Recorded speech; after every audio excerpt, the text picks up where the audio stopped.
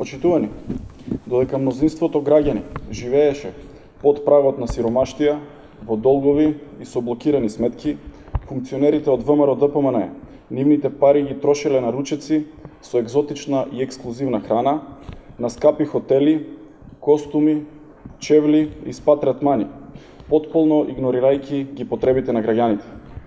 Последен доказ за расипничкото владење на ВМРО-ДПМН е набавката на 2 LED монитори со вкупна цена од 1 милион евра, кои се поставени на скапите барокни фасади во центарот на Скопје.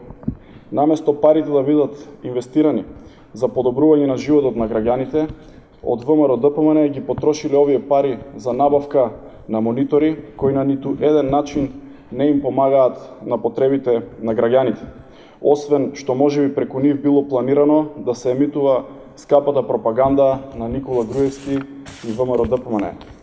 Социјалдемократскиот сојуз на Македонија, преку новата влада што ја предводи, става крај на ваквиот безобразен однос кон парите на граѓаните. Ребалансот на буџетот ги крати непотребните и скапи трошоци, а парите се враќаат назад кон граѓаните. Со ребалансот ќе се обезбедат пари за трајно решавање на проблемот на стечајните работници.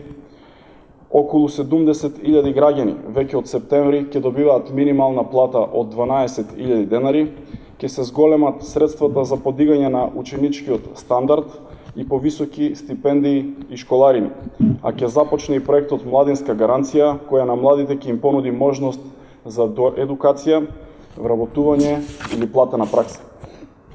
Преку одговорно и домакинско работење, новата влада, предводена од Социјалдемократскиот сојуз на Македонија, ги враќа парите кај граѓаните и отвора простор за реформи што го подобруваат животниот стандард. Никогаш повеќе апетитите и личните желби на поединци нема да бидат над интересите и потребите на граѓаните, како што тоа го правеше ВМРО-ДПМН во изминатите 11 години. Благодарам. Поведете прашање, ако има?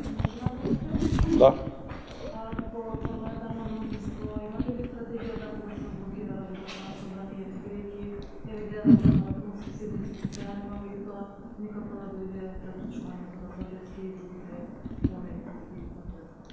Видите, она што го прави ВМРО-ДПМН во изминатиот период во Собранието на Република Македонија е однос кон Собранието, кон граѓаните на Република Македонија и кон државата.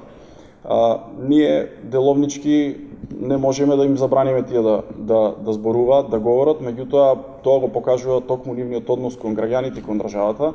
Што се однесува до нас, до Социјалдемократскиот сојуз, ние ќе направиме се она кое што сме го зацртале во програмата, она кое што сме го ветиле пред граѓаните, да го оствариме. Јас верувам дека тоа кое што ние планираме да го оствариме пред граѓаните на Република Македонија е нешто со кое што ги тангира и граѓаните кои што гласале за ВМРО-ДПМН и за сите граѓани на Република Македонија, така што не гледам зошто ВМРО-ДПМН ги прави овие блокади.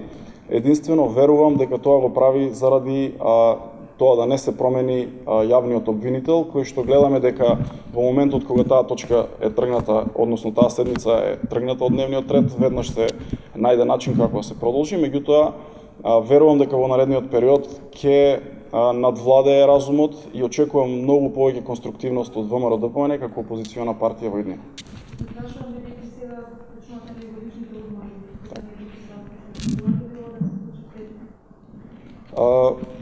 Наредните 15 дена ќе имаме расправа за буџетот на Собраниската комисија за финансирање и буџет, доколку процени претседателот на Собранието по завршувањето на тие седници кои што траат цел ден, можеби ќе се стави некоја седница на ќе се отпочи некоја друга седница, меѓутоа во наредниот период Собранието ќе работи и мораме да го донесеме ребалансот на буџетот, кој што е многу важен за наредниот период, за да можеме како влада да обезбедиме средства за овие категории кои што ги имаме. Пак ќе кажам, односот на ВМРО-ДПМН го градат тие и тоа го гледаат и го ценат граѓаните на Република Македонија. ВМРО-ДПМН има подесено и недавно внимание за регулација за комисијата за финансирање на буџет. Како ќе биде ставот на вашата влада, дали ќе се разградуваат или ако ќе бидат добиени внимание? И второ прашање, зошто се скратени средствата, да речеме, во техничката власт, вие цело време Таму во ребалансот се предвидени околу 600.000 евра сума. Генерално секаде, во секоја ставка од буџетот се направени одредени кратења во оној дел во кој што се гледа дека проектите не можат да се реализираат или има проблем при реализацијата, а се покачени средства онаму каде што можеме веднаш да реализираме нешто во интерес и во корист на граѓаните. Така што и во оваа ставка во делот на намалувањето во судството има одредени кратења и на други места каде што гледаме дека проектите немаат никакви шанси да се реализираат до крајот на годината. Парите се повлекуваат и се пренасочуваат во други ставки каде што можеме да имаме подобрување, можеме да имаме решање на пример на стечајците, на проблемот на стечајните работници или покачување на минималната плата, укинување на радиодифузната такса и така натаму и така натаму. Ние мораме да знаеме сите, ова е буџет кој што го донела претходната влада на ВМРО-ДПМН и ова што го правиме ние само ребаланс на тој буџет кој што го донела таа влада.